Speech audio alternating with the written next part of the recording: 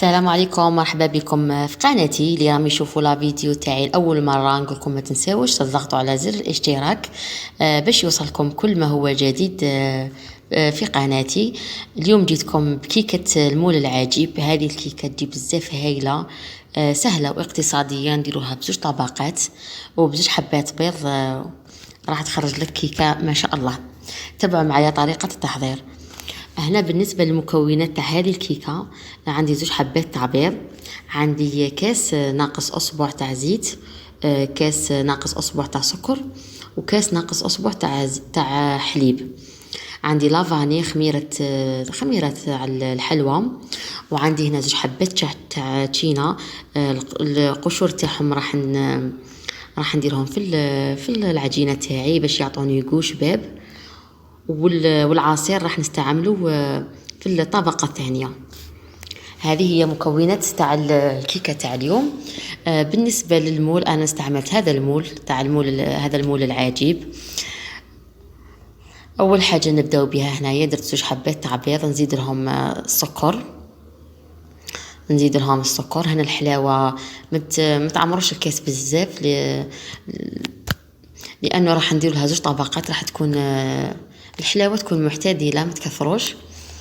بعد ما خلطتهم مليح بالباتر درت لهم قشور تاع البرتقال.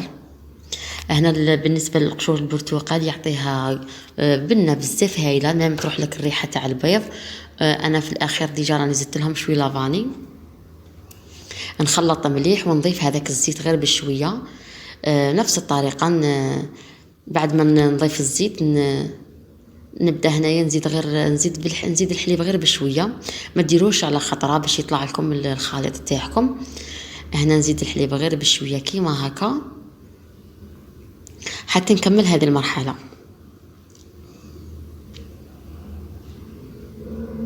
هنا بعد ما خلطت بعد ما الخليط ضاعف الحجم تاعو، هنا زدت شويه تاع لافاني.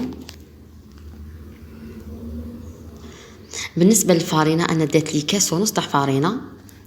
نزيدوا الباكي تاع الخميره ونخلطهم مليح. هنايا لازم تخلطوا بالباتر ولا بالفوي باش ما تديرلكمش هذوك الحبيبات.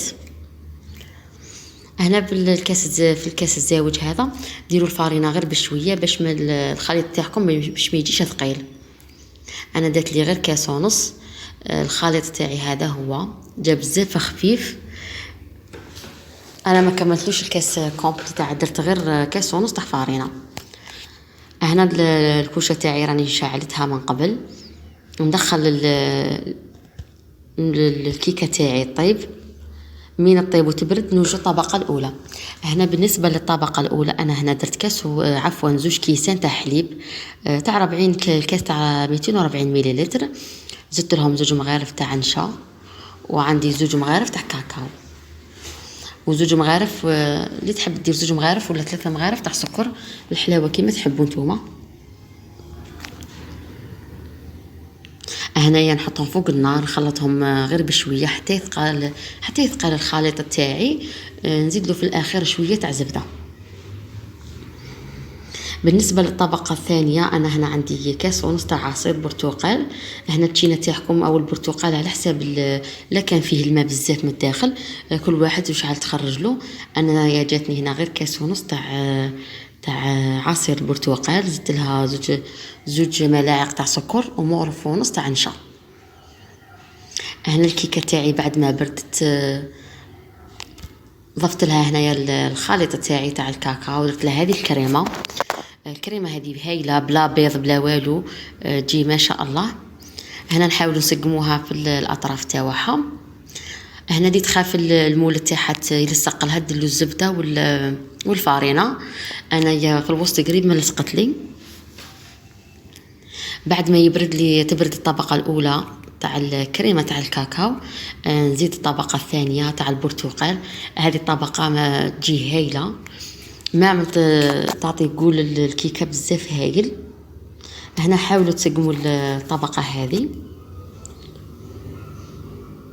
هنا بعد ما بردت الكيكه تاعي جت ما شاء الله وجت هايله بزوج طبقات. والاهم ان تكون سهله اقتصاديه. هنا نقطعها معاكم تشوفوها كيف خرجت من الداخل. انا تزيين هنا نتوما واش تحبوا زينوا. انا درت معجون في الاطراف وشويه تاع الجلجلان، زينتها بتزيين خفيف. هذا هو الشكل تاع الكيكه تاعي. طبقه تاعها حاجه بزاف هايلين، جات ما شاء الله. ان شاء الله تعجبكم وتجربوها.